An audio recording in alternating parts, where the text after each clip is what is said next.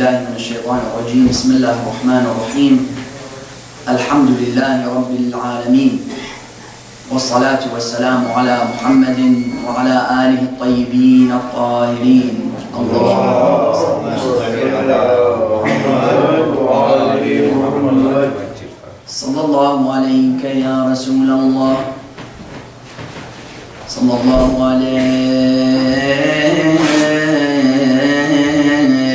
يا أبا عبد الله يا رحمة الله الواسعة ويا باب نجاة الأمة يا ليتنا إن كنا معكم سيدي فنفوز فوزا عظيما.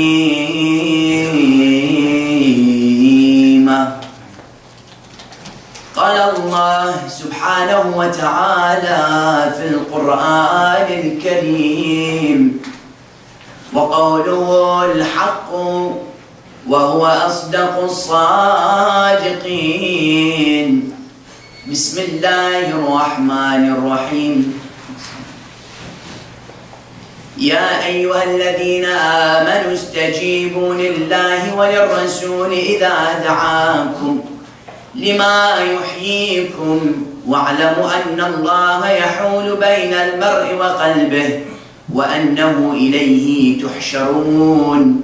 صدق الله العلي العظيم.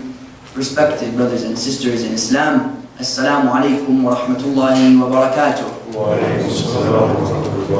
The beauty of being followers of Ahlul Bayt alayhim salam is that we have a number of events in which allow us to inculcate the commemoration and celebration of Ahlul Bayt alayhim salam.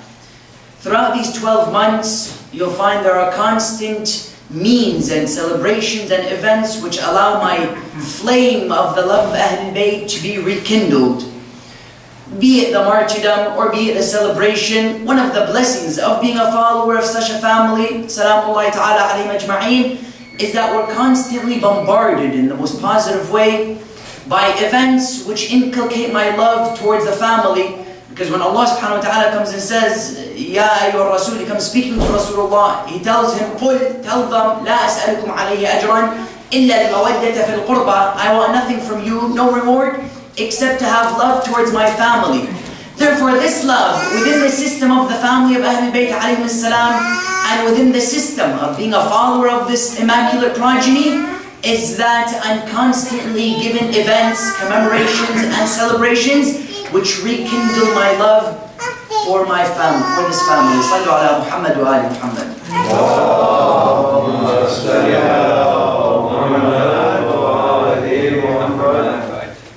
But what we have done is that you'll see there is a certain ambience for certain events. Ya Ali ibn Abi Talib. Sallu ala Muhammad wa ali Muhammad. Certain events, there are certain ambiences. So for example, Ramadan has been listed as a spiritual time. A time in which I invoke Allah subhanahu wa ta'ala. And I just want to mention that it's the most beautiful thing when there are children in the masjid, because they are the future and they are the leaders, inshallah, of the next generation. And hopefully, inshallah, we can see more children. Yeah, of course, at the same time, it can just get a little bit difficult to stay on track when there are noises. But other than that, may Allah subhanahu wa ta'ala fill this whole room, inshallah, with children.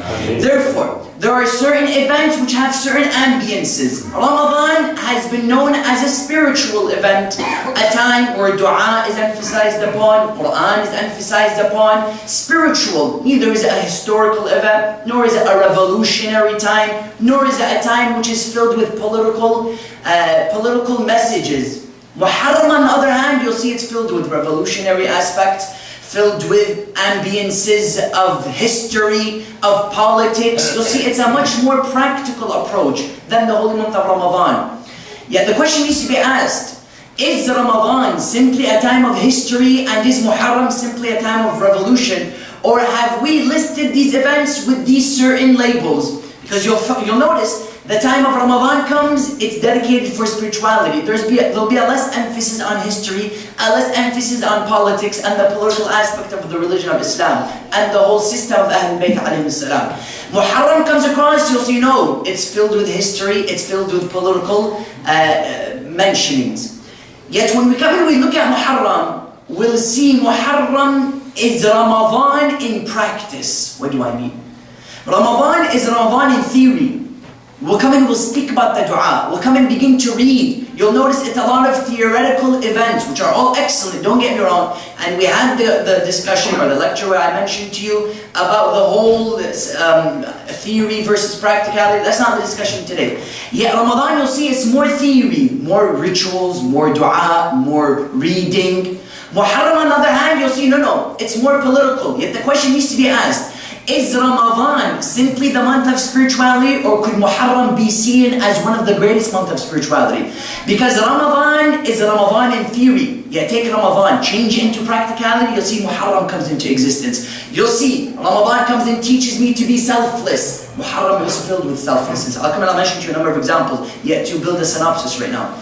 Muharram is, Ramadan is a time which comes and teaches me altruism. Ramadan was drowning in a pool of altruism, and examples are replete in Karbala. I'll come to some examples. Ramadan comes and teaches me generosity, to give food to others, to remember those who are hungry, to keep others' consideration into my mind. You'll see Muharram is drowning in such examples.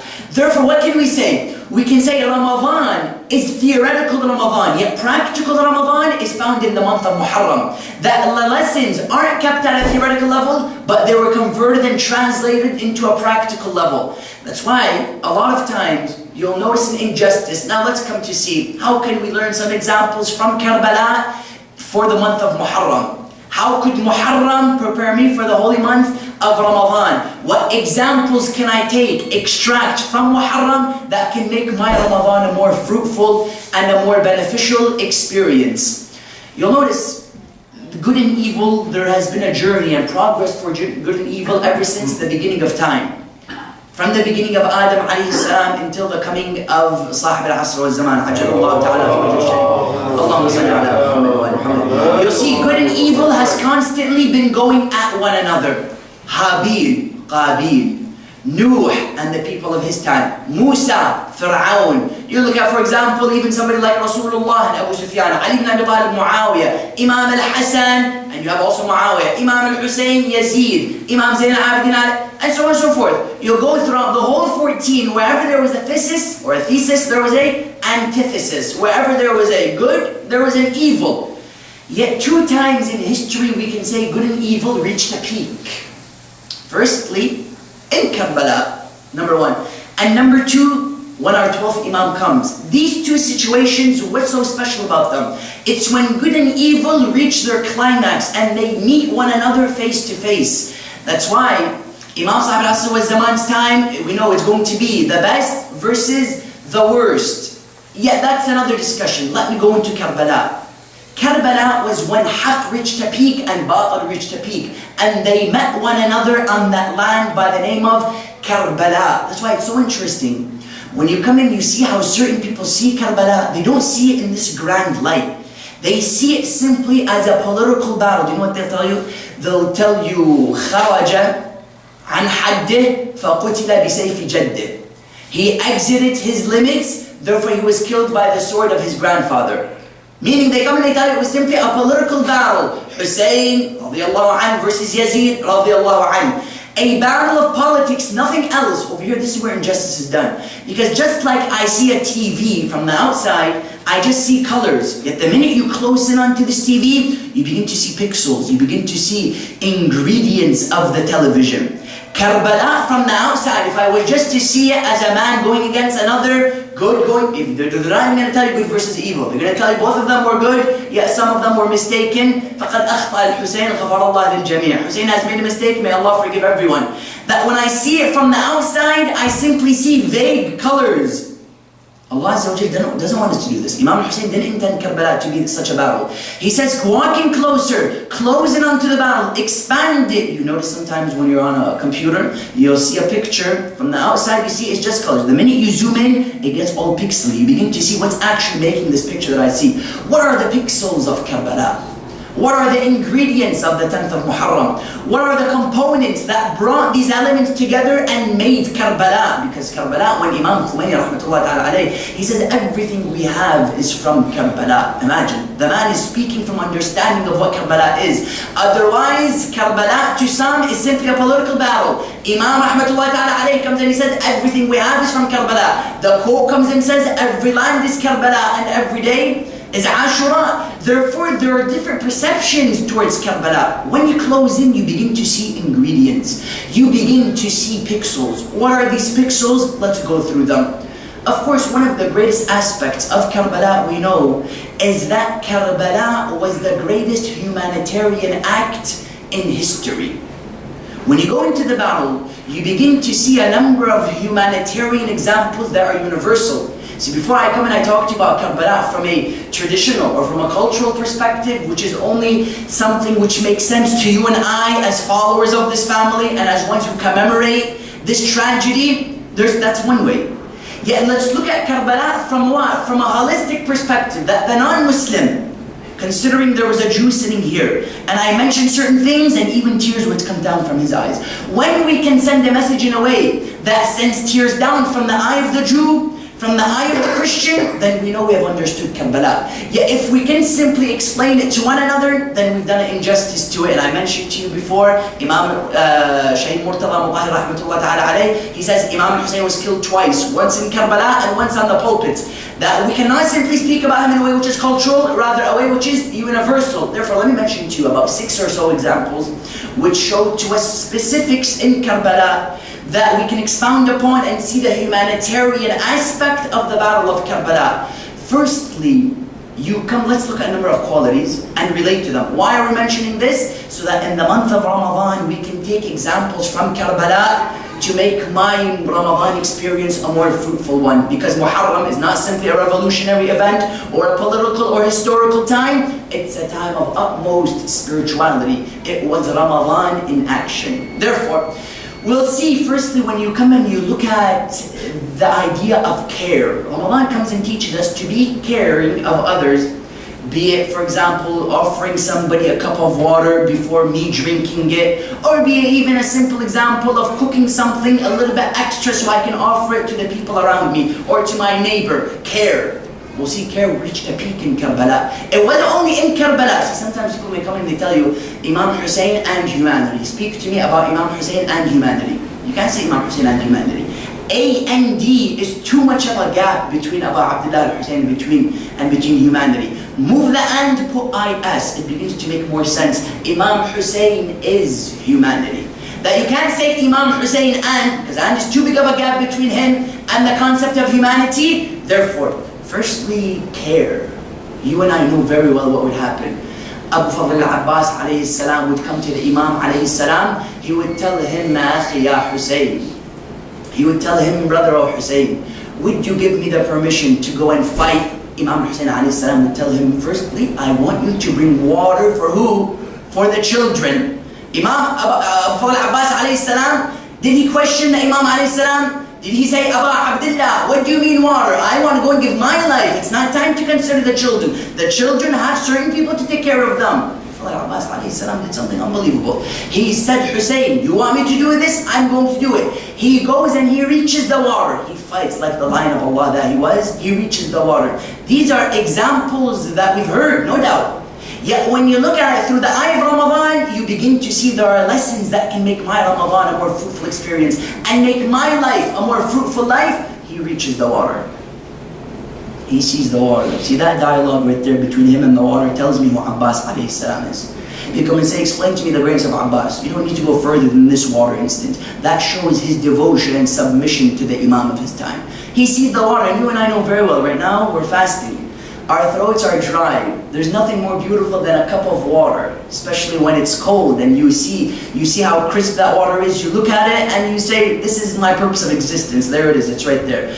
Abu Abdullah al-Hussein alayhi salam would send him, and keep in mind the temperature of Karbala. Keep in mind he's in a desert. Keep in mind there's people who want to kill him. He's looking at the water, yet his mind is, Allah, sometimes you think about the focus of this man, the discipline of this man on a different level. That's why his name is what? Abul Fadl, the father of generosity. One poet, he describes it very beautifully. He says, Abul Fadl, Ya man assasa al-fadla wal-iba, Abul Fadl illa an yakuna lil-fadli iba. He says, Abul Fadl, Abbas, oh, the one who founded al-fadl, generosity, virtues, and iba, and bravery, and chivalry, if you were to translate it in that way. He says, Abul Fadl, fadl, virtue. His name is Abul Fadl. Fadl refused that he becomes a son of no one except you. Because when we say Abul Fadl, the father of virtue, meaning it shows the greatness of Abu Fadl Abbas alayhi salam, these simple lines of poetry. Therefore he would look at this water and he would mention the famous lines where he would recite poetry saying, Ya nafsu min ba'd al-Husayn,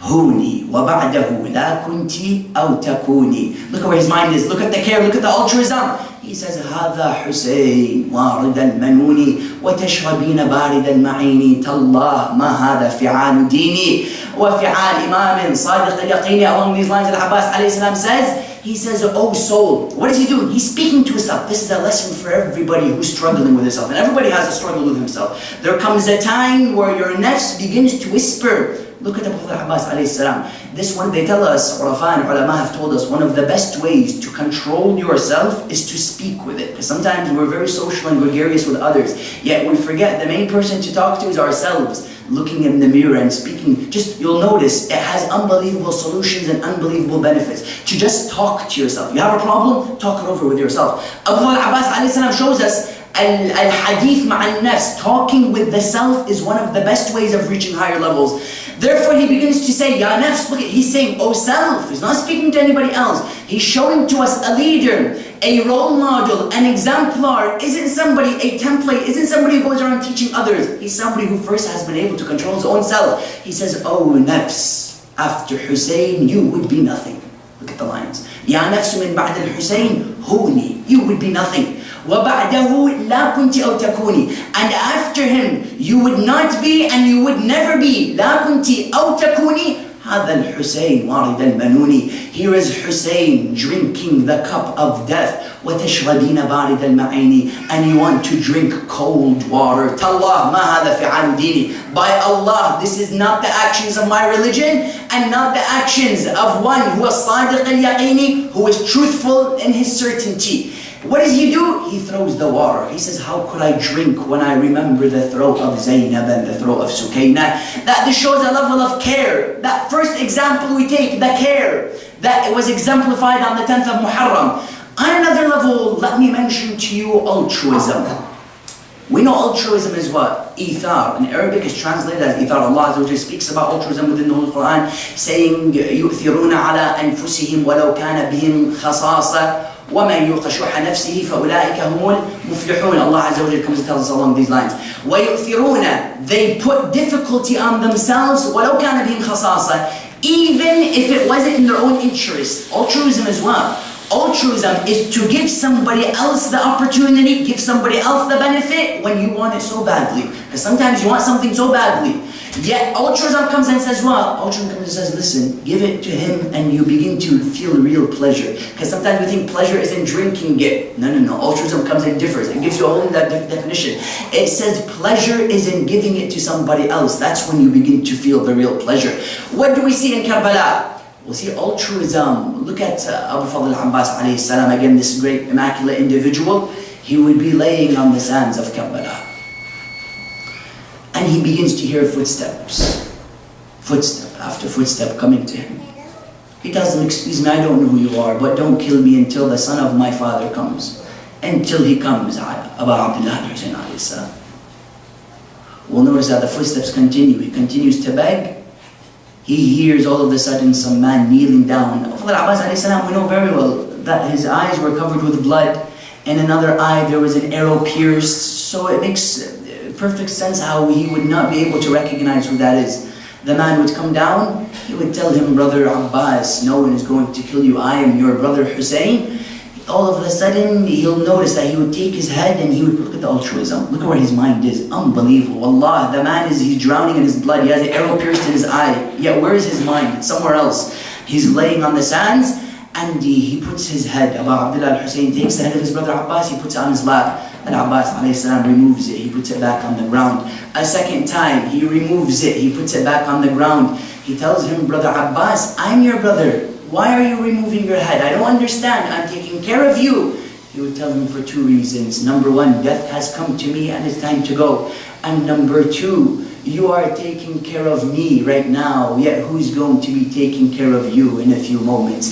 This is altruism. The man is feeding, that he's tasting the sweetness of death. He's tasting the flavor of maut. Malik al-Maut is hovering around him. Yeah, he says, don't take care of me, because in a few moments there will be no one to take care of you. On another level, you begin to see that even within Karbala, non-Muslims came and taught you and I a lesson. You look at Wahab ibn Abdullah al-Kalbi, this man who was a newlywed, some say 70 days, some may say other. Yeah, we know he's a newlywed.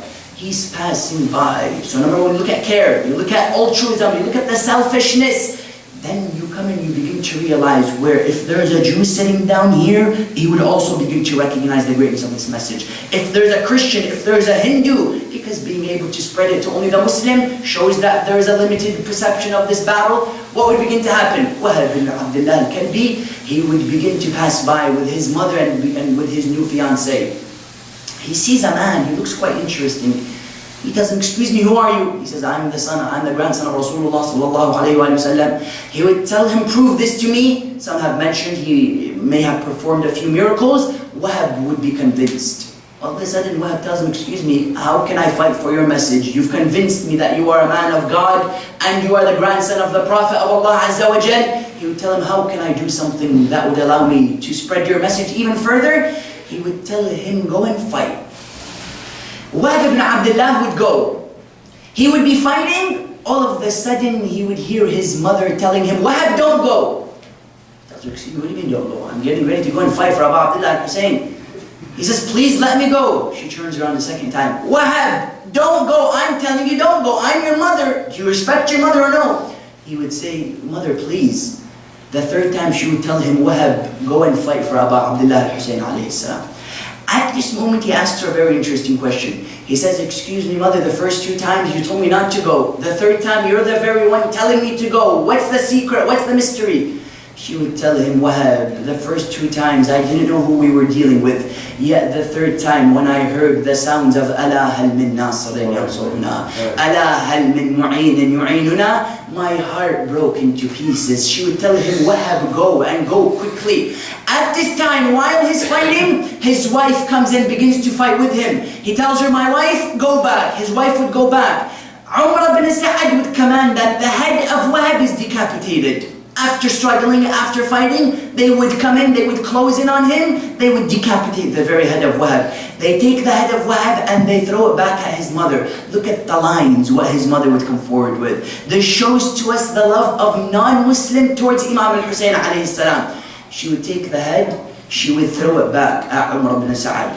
She would tell him firstly, this head was given sadaqah. And once sadaqah is given, never could it be taken back.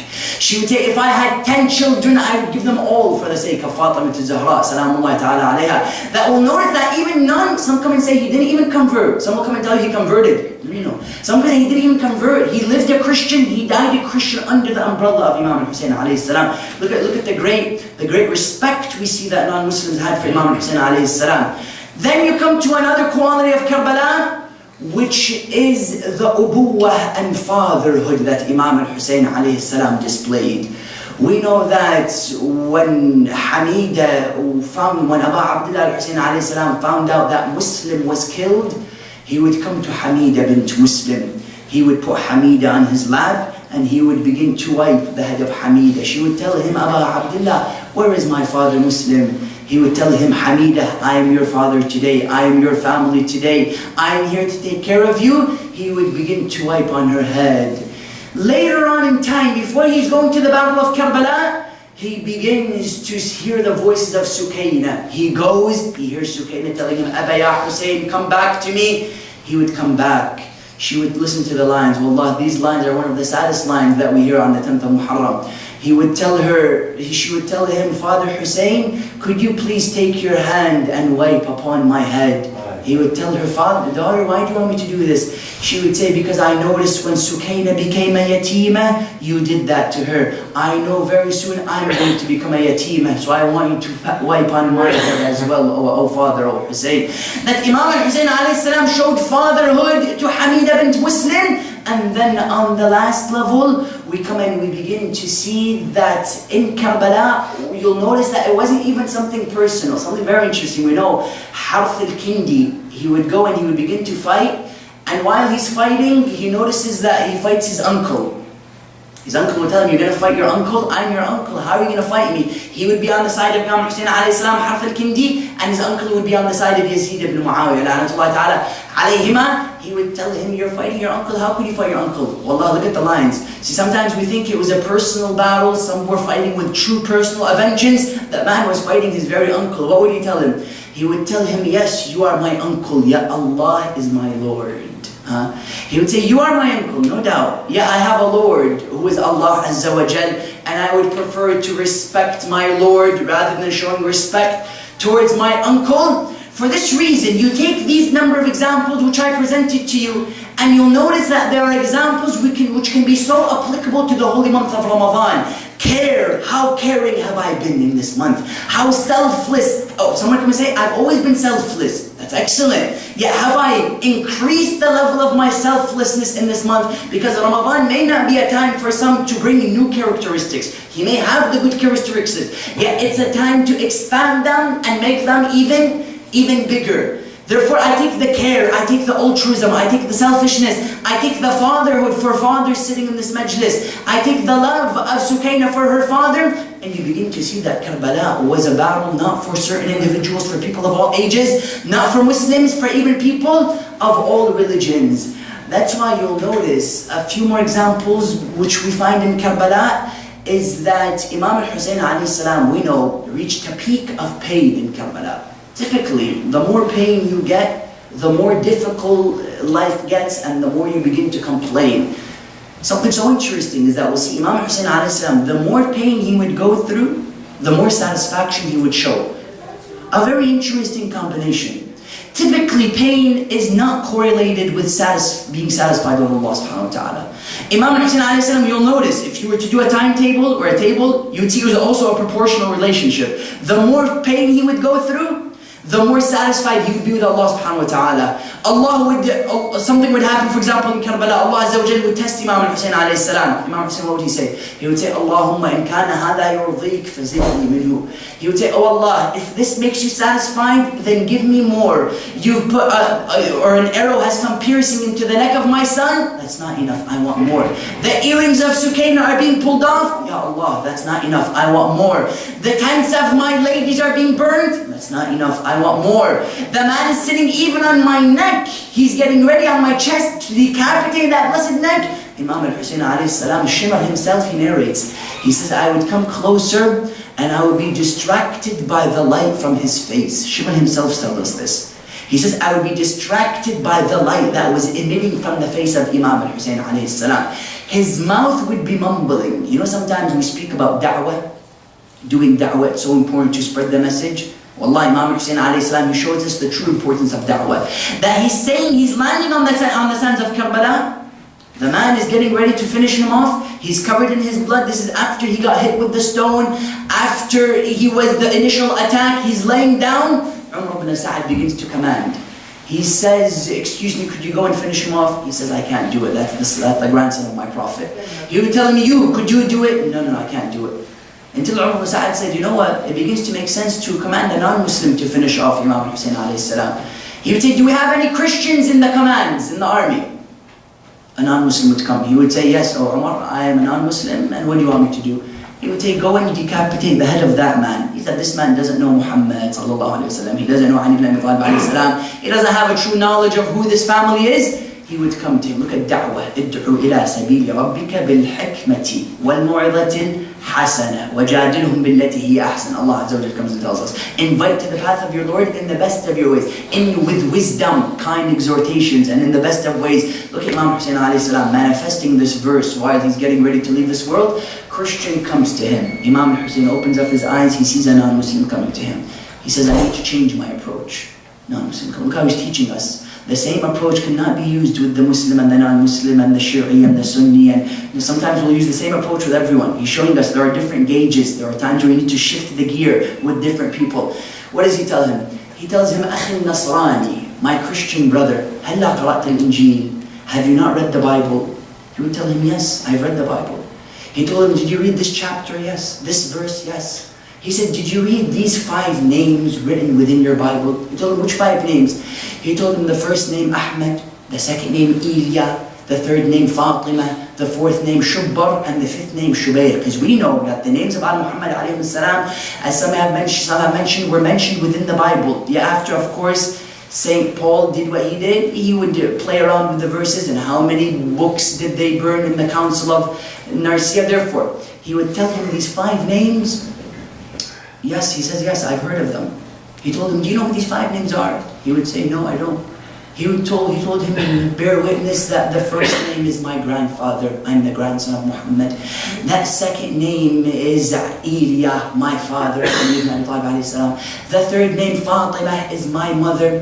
The fourth name, Shubbar, is Al-Hasan, my brother. And the fifth name, Shubayr, is me. He told him, that's your family. He told him, you are the Shubayr that's mentioned in my very Bible. He would say, yes, that's me. He would say, tell me, what can I do to come to your religion? Notice the man is doing da'wah.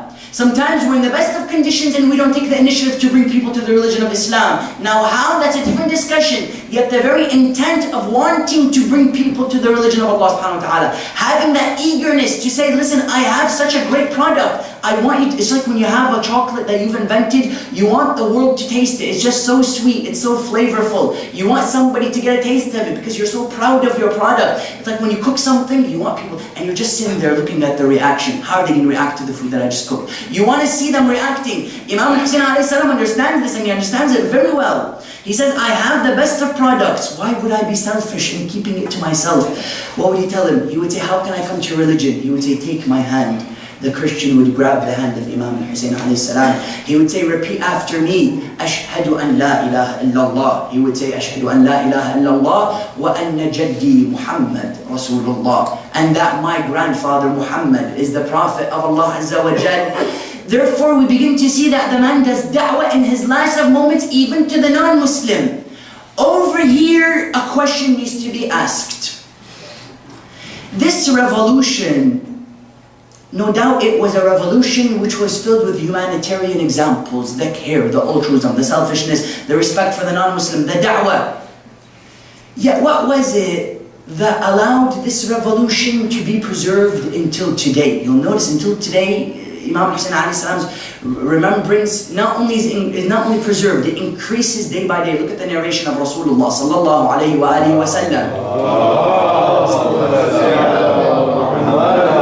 He says, Inna li qatl al-Husayn. Indeed, for the death of Abu Abdullah al-Husayn, in the hearts of the mu'mineen is a harara, is a burning fire. It would never get cool. You'll notice World War II, as time goes on, we forget it more. World War I, as time goes on, it becomes more obsolete, it becomes more ignored, it becomes more forgotten.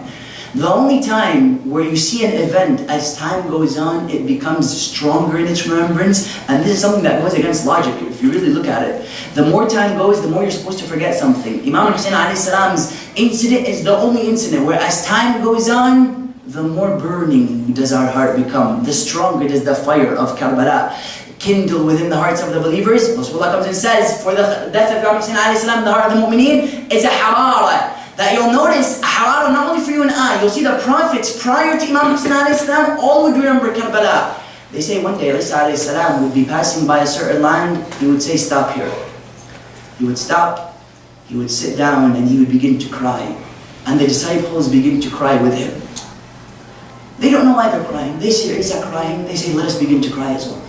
They sit down, they begin to cry, they begin to sympathize with Isa alayhi salam, Isa is then asked by them, why are we crying, O Ruhullah, O soul of Allah, why do we cry? Instantly Isa alayhi salam would tell them, on this land there would be the happiness of Muhammad will be sacrificed. Look at the lines. He says, Farh Muhammad, the happiness of Muhammad would be killed. Meaning Isa alayhi salam shows us his remembrance towards Karbala. Musa alayhi salam, Jesus, an example goes on. Yet there are certain elements which allowed this battle to be preserved. Of course, you would tell him, Farh al Muhammad along these lines. Yet there are certain elements which allowed this battle to be preserved. Which allowed it to be what? Which allowed it to be an immortal battle, an immortal revolution. How many revolutions took place in the past? You'll see none of them have been preserved as much as Karbala. Let me mention to you 3 elements which contributed to the preservation, to the immortality, and to indeed the saving of the Battle of Karbala. It saved it for you and I. Just as the Quran was saved through the institution of Imamah, Karbala was also saved through 3 elements. Amongst others, let's mention to you 3. Number 1, that which is known as Al-Qa'idah. Not Al-Qa'idah in certain parts of the country. Qa'idah, Al-Qiyadah, and number 3, Al-Qudwa. Let me mention to you these 3. Aqidah, Qiyadah, and Qudwa. Firstly, let's look at Aqidah. Aqidah, you'll notice that there's principles in Islam. That the stronger principle in what sense? When I say qa'idah, qa'idah in essence, what does it mean? Qa'idah means foundation, a base, headquarters. Qa'idah of Karbala was so strong, the principle that they held. Because we know an individual without principle, somebody who doesn't stand for something will fall for anything. Karbala exemplified that quote. That the principle they had allowed them to do what they did. Because when you really think about it, 72 versus 30,000 makes really no sense. 72 being victorious against a group of 30,000, something must have been very special. Yes, because the iman and the principle of those 72 was not, the 30,000 was not even equivalent to those 72, because their principle was higher. That's why when we read the story of Yusuf alayhi salam, and we know that the women would walk into the room and all of a sudden they begin to see that the Yusuf alayhi salam walks in, they're sitting down cutting fruits or vegetables, whatever they may have been cutting. Yusuf walks in, they begin to cut their fingers. Question, did they feel the pain of the knife or they didn't? What did Allah Azza wa Jalla say? They continued to cut. Even if you watch the film of Yusuf alayhi salam that they made, that was produced, you'll notice they continued to cut while staring at him. He was just so beautiful. They'd say, is this an angel? What is this? They were so captivated by him. Some come and say that, because we have a narration by our 6th Imam alayhi salam, that inna ashab jaddi al-Husayn, the companions of my grandfather Hussein, didn't feel the pain of the swords or the strikes in Karbala. Along these lines our 6th Imam alayhi salam tells us. They didn't feel it. You may have other people of respected sex, they come and they say this is absolute exaggeration, absolute ghulu. We come and we tell them, if the ladies weren't captivated or captivated by a creation and forgot the fact that they were cutting their fingers, then why is it difficult to remember that somebody can be captivated by the Creator and not feel the pain of the strikes on his body? That they were so focused. And you know very well, when you're focused on something, you forget everything. This level of focus came from what? Came from the notion of the principle that they held. When the principle is strong, everything else begins to be channeled towards that principle. Look at the example that Imam Ali alayhi salam gives us. One day he would see Maytham. Maytham used to sell dates. He would come to Maytham, he would tell him, oh Maytham, go relax, go do what you want. Let me take control of this stand of dates for some time. You tell him, Imam, try to sell some dates. You would tell him, go and pray, don't worry. Inshallah, I'll be taking care of this stand. Maytham tomorrow goes. A man comes. He says, what kind of dates do you have? He says, here they are in front of you. He would tell him, I would like to buy 4 dirhams worth of dates. How many? 4 dirhams worth of dates. He gives him the money, and Imam gives him a number of dates. All of a sudden, Maytham al-Tamar comes back. He tells him, Imam, did you sell any dates? He would say, yes, I did. He would show him the money. He would say, Ya Amir al-Mu'mineen, this money is bitter. Bitter in what sense? It was fake money. He told him, this man gave you bitter money. Why did you give him the dates? He told him, don't worry, the man will come back. If he may be thinking to himself, saying, this Imam alayhi salam gave the man the date. That's it. In other words, he bought free dates. He gave him fake money and he received good dates. He would tell him, Maytham, don't worry, he'll be coming back. He'll be standing there, the man comes back. He tells him, "Oh Imam, you gave me bitter dates." He told him, "Yes, because the one you gave me was bitter as well." Imam alayhi salam at this level, what did he show for you and I? He showed the principle. He told him, what goes around, comes around. That us Ahlul Bayt alayhi salam, we're not in a pool of heedlessness, in a pool of ghafla. We know what's going on. He showed him the importance of having a principle. That number one, the qa'idah, the principle. Number two, you come and you begin to look at what? You look at the leadership, the qiyada. Number one, qa'idah, basis, the principle, iman. Number two, the leadership. All elements which serve toward the preservation of Karbala. The leadership. What kind of leadership? Leadership, when we come to recite within the Holy Quran, Bismillah ar-Rahman ar-Rahim, Ya ayyuhalladhina amanu, ati'u Allah wa ati'u ar-Rasul, wa ulil amri minkum. The leadership that Imam al-Hussein alayhi salam showed on the 10th of Muharam. Look at the leadership of Imam Amir al-Mu'mineen in the Battle of Khandaq, where he would show, I don't do anything for my personal gain, I do it for the sake of Allah subhanahu wa ta'ala. He spits in his face, Imam walks around, then takes a few turns. He would go back and then finish him. They tell him, Ya ibn Rasulillah, or Ya Amir al-Mu'mineen, we know you don't do anything except if there's wisdom in it. Why did you do this? He would tell him, if I was to kill him at that moment, I would have done it for personal vengeance, for the sake of Ali ibn Abi Talib. I took a break, I walked around so I can channel my love with the love of Allah Azza wa Jal. And then I went and I did it for the sake of no one except Allah subhanahu wa ta'ala. That the leadership that Ahlul Bayt alayhi salam exemplified was a leadership on no other level. And then number three, which is perhaps the most important, which is known as al-qudwa, or what? In other words, a following. You may have the strongest of leaders. Yes? Rasulullah sallallahu alayhi wa sallam, was there a leader better than him? Yeah, you'll find there were certain battles which Islam didn't win. Someone could ask a question, does this question the very infallibility of the leader? No. You may be the best leader. Yeah, if you don't have a following with you, of course you need to be a leader with a base, as I mentioned. Yeah, if there's no people to support you, then it's quite difficult to do anything that you want to do. Look at the verse that I began with, or the verse that Allah Azza wa Jalla comes to mention within the Holy Quran. It says, Bismillah ar-Rahman ar-Rahim, الَّذِينَ, the ones, قَالَ لَهُمُ النَّاسُ إِنَّ النَّاسَ قَدْ جَمَعُوا لَكُمْ فَاخْشَوْهُمْ فَزَادَهُمْ إِيمَانًا وَقَالُوا حَسْبُنَا اللَّهُ وَنِعْمَ الْوَكِيلُ. There are certain people that they would come to them, they would say that people are gathering around you. Look at the firmness of the followers. I'll mention to you an example which clarifies this notion. Look at the greatness of these followers. They would come to them, they would tell them that people are gathering, they want to finish you off. What would they do? Their iman would increase. There's an elite group of people, when there's troubles around him, all of a sudden you see strength comes out of nowhere. You say this was the same man who was showing weakness, which may have been perceived as weakness, it may have been his humility. Yet the minute tragedies begin to come, you begin to see his true colors of strength emerging. That these mu'mineen, they would come to him, they would tell them, people are gathering, فَخْشَوْهُمْ, fear them. Nothing would happen except iman would begin to increase within them. Let me give you an example. One day, Imam Sadiq alayhi salam would be approached by a man. He would tell him, Ya ibn Rasulillah, I don't understand. Why don't we stand up and revolt against Mansur al-Dawaniqi? The man, Imam alayhi salam, would reply to him. He would tell him, if I had 40 individuals, I would revolt against him. How many? 40.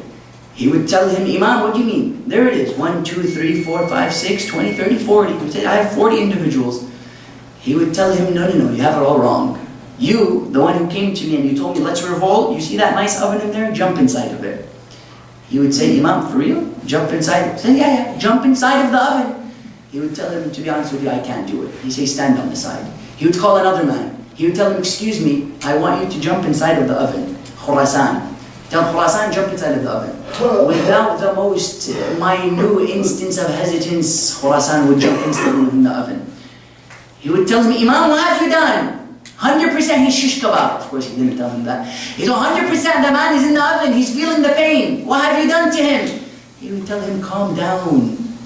He would go into the oven. He would open up the oven. And he would see the man relaxing in a state of comfort, in a state of tranquility. Because just as Allah Azza wa Jal made the fire cool for Ibrahim alayhi salam, He made the oven cool for this man. He told him, if I had 40 people like this man, I would stand up against the dictator of my time. Imam alayhi salam is making an essential point. He's saying, you may be the best of leaders. You may have the strongest of bases Yet if you don't have a following, it's quite difficult to do anything that you want to do. It's for this reason our 12th Imam would only come when he has how many followers? 313, as some have mentioned, 313 generals. That Imam coming out depends on our readiness. When I'm ready, I turn on that green light for the Imam alayhi salam to come. That these three elements, you put them together, and what do we begin to see? We begin to understand why Karbala was a battle which was preserved, a battle which truly was immortal, because they have the strongest of bases, the best of leaders, and the best of followers. Look at somebody like that one child who would go to fight, and his mother would tell him, go fight. His father was just killed. Look at the devotion of certain companions on the 10th of Muharam. To give you some examples. He would go to the battle, and his mother would tell him, go and fight. Imam Hussein alayhi salam would say, stop this boy. His father was just killed. Perhaps his mother would dislike him dying as well, quite difficult on the heart of the mother. Instantly the boy would turn around to Imam Hussein alayhi salam, he would tell him, Aba Abdullah, it was my mother who sent me. That this devotion, you won't find it anywhere else, I promise you. Look at Abis ibn Abi Shabib al-Shakiri, who Imam alayhi salam says, As-salamu alayka ya Abis ibn Abi Shabib al-Shakiri. Along these lines, Imam alayhi salam sends his salam to Abis. Abis was who? Typically, when you go into a battlefield, question, do you put on your armor or you take it off? You put it on usually. Abis, what would he do? He goes on to the battlefield, he rips off his armor. They would tell him, Abis, ajulinta ya Abis? Have you gone mad ya Abis? He would say, indeed, I have gone mad. Hubbul Hussein ajal. He would say, the love of Hussein has made me gone mad. These kinds of examples shows to us the devotion. Or then the Ghafariyan brothers that you have. Two brothers who would never be seen laughing in their life. All of a sudden, Karbala, they see them giggling, they see them laughing, all happy. Typically before a battle where 30,000 bloodthirsty men are planning to attack you, you're not laughing. You're not in the most happy of situations, in the happy of moods. They would begin to see them laughing. They would tell them, why are you laughing? They would say, why shouldn't we laugh when in a few moments we will be quenched our thirst by the very hand of Rasulullah sallallahu alayhi wa sallam. These examples come and show to us that Karbala was a battle that was preserved because of the great base that he had and the principle between the great leader they had and between the great followers. May Allah subhanahu wa ta'ala allow us to understand this and apply it to our 12th Imam, because we know he has the strongest of bases, he's the best of leaders, yet he comes when you and I are ready. That when I come and I say, Ya laytana kunna ma'akum, I wish we were with you, فَنَفُوزَ فَوْزًا عَظِيمًا. We say this to Imam Hussein alayhi salam, oh how we wish we were with you. The question first needs to be asked, have I learned from Karbala so that I can say I'm ready for Imam Sahib al-Zaman? Bismillahir Rahmanir Rahim. Allahumma salli ala Muhammadin wa ali Muhammad. Allahumma ajil walika al-faraj. واجعلنا من أنصاره وأعوانه والمستشهدين بين يديه برحمتك يا أرحم الراحمين. And to answer our du'as, let us recite in the time that we have 3 times, and may you جيب بسم الله الرحمن الرحيم أما يجيبون ويكشف السوء أما يجيب المضطر إذا دعا ويكشف السوء أما يجيب ويكشف السوء. اللهم شافي كل مريض بحق مريض كربلاء زين العابدين. اللهم انصر الإسلام والمسلمين واخذل الكفر والمنافقين. اللهم عجل وليك الفرج واجعلنا من أنصاره وأوانه والمستشهدين بين يديه. And to answer our du'as and to hasten the appearance of our 12th and awaited Imam, and to have our hajat fulfilled and our a'mal accepted in this blessed month, we recite Surah Al-Mubarakat Al-Fatiha following a salawat upon Muhammad wa ali Muhammad.